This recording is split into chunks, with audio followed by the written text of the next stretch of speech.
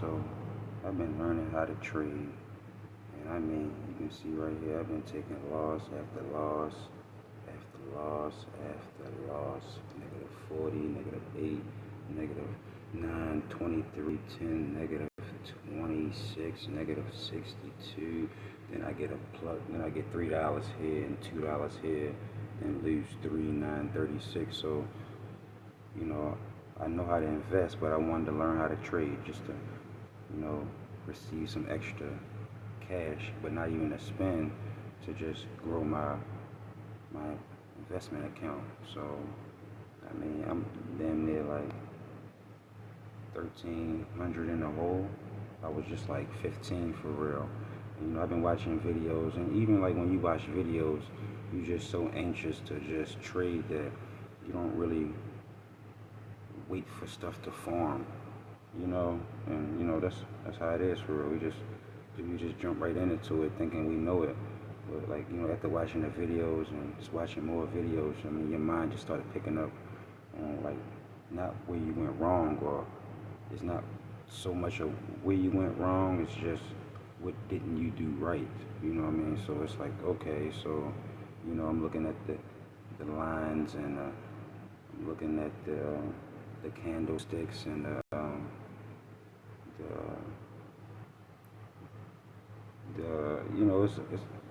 it's a few words that I'm not familiar with, but trying to learn how to say them, like the resistance and the support level, and like where like all the action is happening, and that, so you know that, but you still don't know when to enter, because you not waiting. And now I get when it says waiting, and it's like, once you do wait, you still anxious, because now you know how to do something, you still want to just hop right into it. And it's hard, because I work for real, so this is like something that can happen. You can lose money within 5 to 10 minutes, or you can win money within 5 to 10 minutes. And a lot of chances that I took was just putting orders in and just hoping that I'll look an hour or two from now, or I'll be up. But then when I'll be down, I couldn't stop it, because I wouldn't know if it would go back up. You feel me?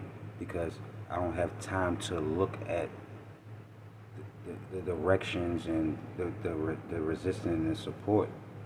So I have a few days off for real, and on my few days off, I try to get a few dollars in for real, but just monitor what's going on. And it's not even enough time, because within a day you might catch on to something, and then tomorrow things change. So I looked at some video yesterday, and I just started. It's 3 steps that you should do every time for real, and it's like locate like the direction first. Which is it, up or down, or sideways or whatever. Then you gotta locate the key levels. That's what it is. Then you have to locate the resistance and the support level, and then you gotta look at the candlesticks for real, and then you gotta watch the touches and all this, and the wicks and all that. So it's like, oh my god, like, let me just zoom in a little bit and take a look at what they saying, not even making no entries for real. So I had Monday, I had put some, Friday I had put, Thursday I had put some orders in just for some 2-week things, for not even looking, just hoping if it was going down, that within a week or a couple of days that the trend would go back up. So I just like doing the same thing all over again, all the way down.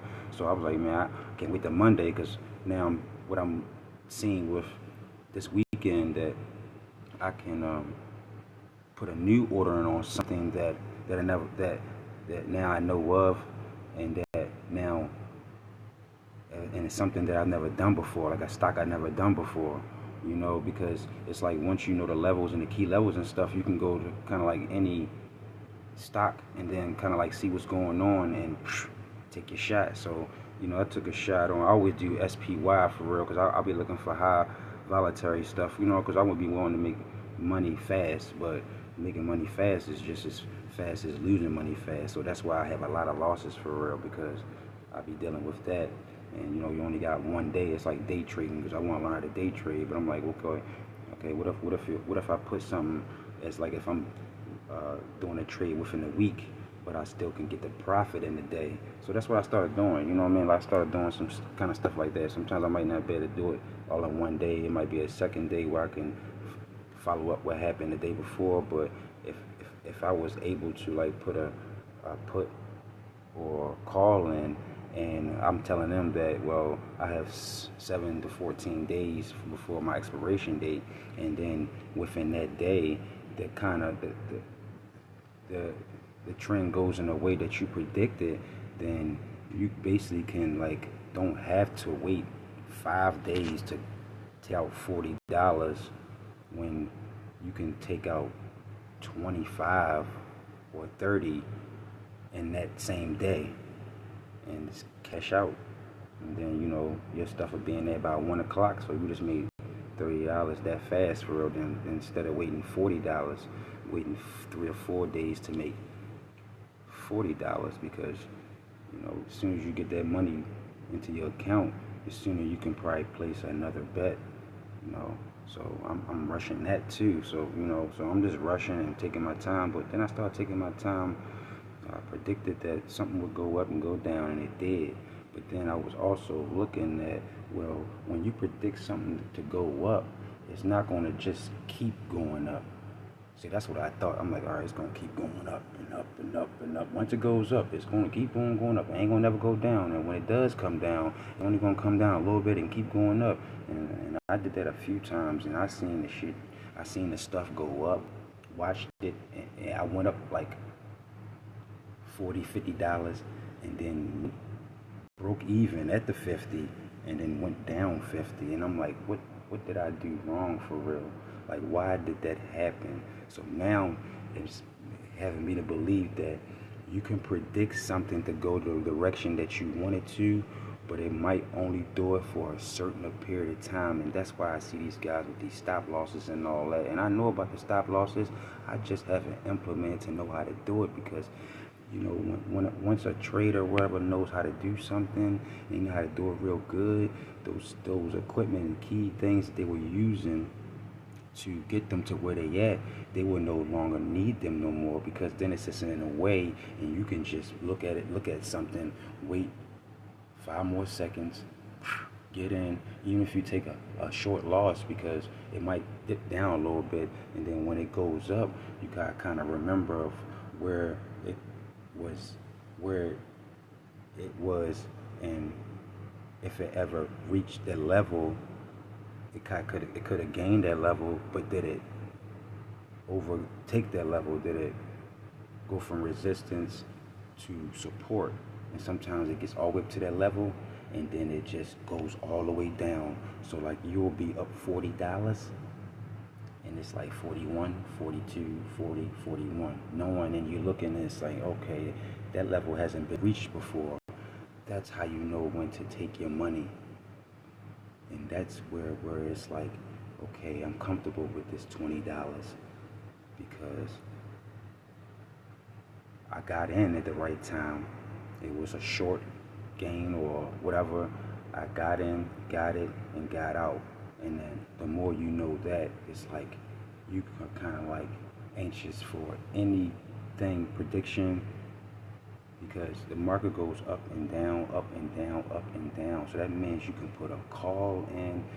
The call will go up until it gets to that point where it's no longer a call no more.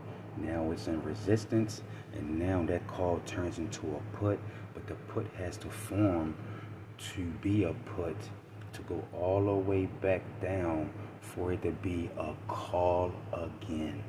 And that's when I found out some things. And you can see like October 31st, I just was, October 30th, that's what, like, I took a $12, whatever like that. I took a 57 on, the 30th, and then you can see on October 31st, I got a $7 joint, just predicting in the mornings. I like doing the morning stuff, but I really don't be knowing. The thing I don't be looking at is in the morning time, when it goes up, it goes down, it's gonna just drop or go up until it reaches its level, and then start and that's why I like the morning. But as soon as you like if you was to predict something was to go up, nine times out of ten, I'm not even gonna say that. 8 times out of ten, it might go down before it goes up. So it's like you predicting it to go up, but not like forever, just because that's the direction that it has to head before it actually starts going into its trend. So it's like, okay, you want to get that one, and then you want to monitor that, is because once you monitor where it like started and trended, trended, and where like the support and the key levels is, that's where the key and support level will be from that time until like it shuts down. And so yeah, you want to get that quick. Okay, I got that quick low put. It was going down because my original thoughts is it's going to go up. And so I start doing stuff like that, which is still hard. And I've been putting in like West Fargo, Bank of America. I did a lot of SPY, some QQQ, because QQQ and SPY be having like similar like charts for real. And I just noticed that one other chart looked similar. I'm like, what the heck? So it's like you really not even predicting nothing of the market. You're not predicting that it's gonna go up. I mean everybody's gonna yeah. You're just predicting just for that minute for real. And if you think it's worthy enough to gain $10 or $20 or $30 or 40, because that's potentially what you can get more depending on how the rise is, then you take your chances. So I went up SPY, I went up 7, and then West Fargo, I went up 10%. I went $10. Then I went Bank of America, I went up 7. So I was like doing pretty good, but it was still small. So I'm like, all right, this is still in the morning time, because it's being active, it's going up. It reaches, like, say for instance, I got the $10, right? I put like, it was at 0. It went up to 10 for real, right? And then maybe it went up to 11, and then I thought it was going to go down, so I just cashed out at 10, and then I look like 5-6 minutes later, and it's at like $15, and I'm like, what the? Why did I like? Why?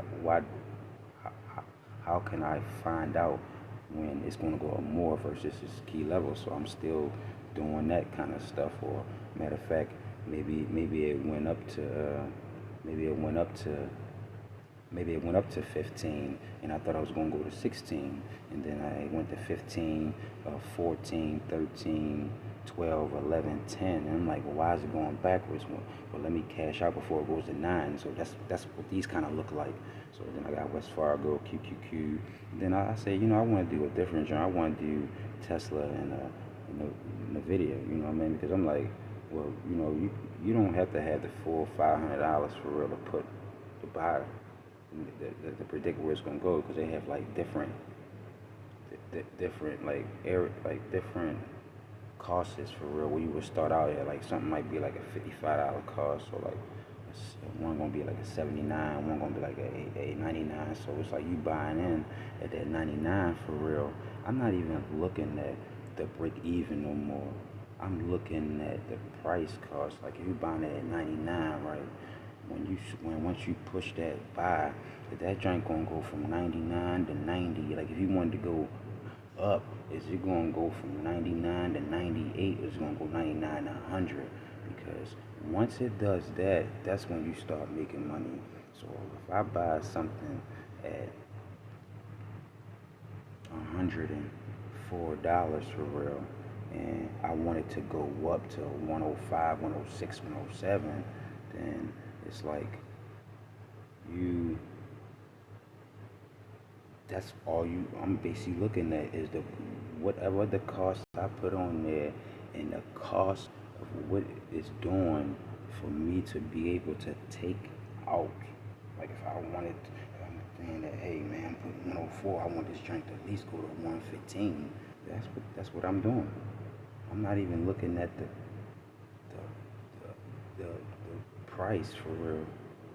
Sometimes I look at the break even to see if the numbers are going up and down. Like if it's 99.65, is it going to be 99.45 or 99.75? Because those numbers right there, I kind of look at and determine if if it's going up a level or down a level, that's what I look at, and those are numbers I kind of look at when I cash out, because once I see them numbers start going down, I don't even care what the arrows are doing anymore. The numbers. That's the only time I look at the numbers is when the price jumps up, but then it gets to its level, and then you see that the price comes down along with the candles. Not even the candles, the little lines for real. So I learned how to cash out like that. But then, getting back on, I got me a $7 or 10. This is today. The day is the 4th. So okay, today I put in a put for Tesla, and it went from, I put it in at 104. So that means I deposited $104 for it to be a put. Because I always thought that if I put a put in, the 104 is supposed to go to 103, 102, 101, and that's how you make money, because it's going down. But man, a put goes up just like a call. Like the direction of it, that's why I was so confused on at first, is that when you put a call and a put in, no matter which one you put in, the direction that it's always supposed to go up, to see the 104 to go to 105, even if it's a put. And if it goes down to 103, then it's a call, but the call is going down because the direction is going the opposite way. So when I found that out, I'm like, well, even if I put a call and a put, the direction will still go up. I just have to determine what direction it will go. And in NVIDIA, hold on, baby. Thank you. My daughter, she fed the cats. But hold on. So in Tesla, I said it was going to be a put, and put 104, and it went to 120.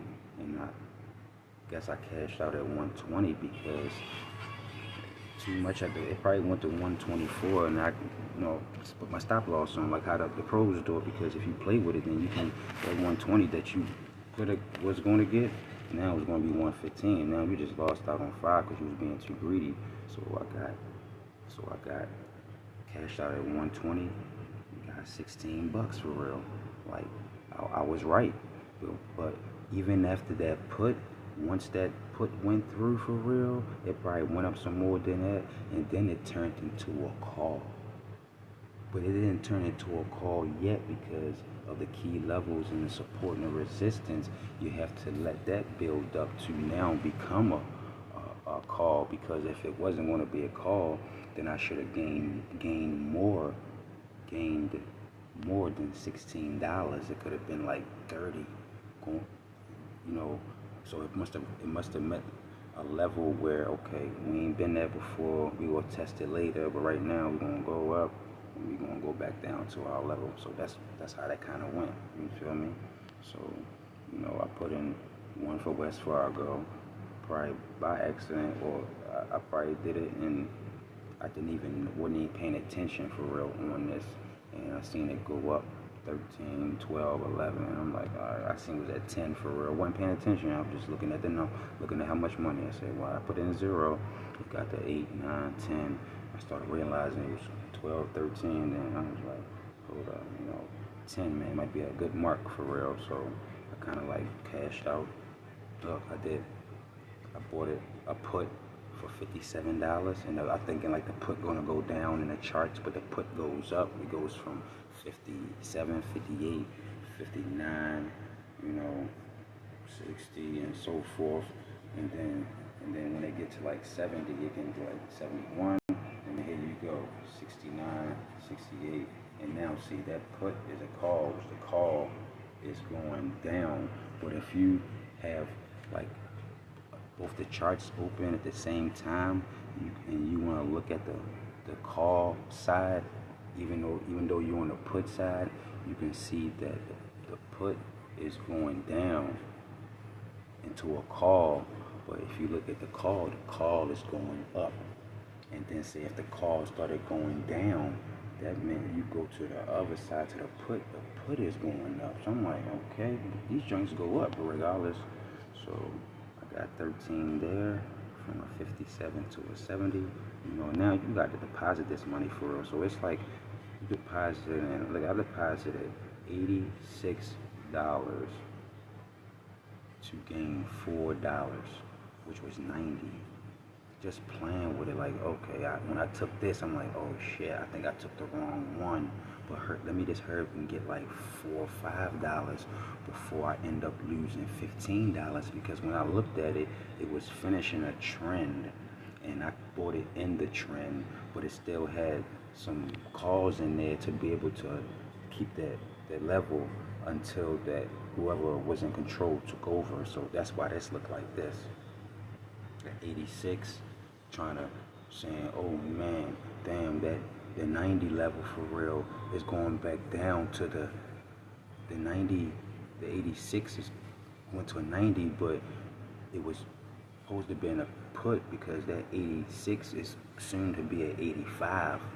So I had to hurry up and get out. So I'm like, damn, man, I just deposited $90 for 86, which is not a problem, but like that could be money that you need now. And if it's not a big enough gain, then you just took a lot of money out just to make a few dollars, even though you made a few dollars, because you had to wait until at least 1 o'clock before it reaches your account. So I'm like, all right, so I seen this one right here, this QQQ one, which, I was looking at, remember, look, it was a call, right? See, look, see, you see what I did? Look at this. It was a call, right?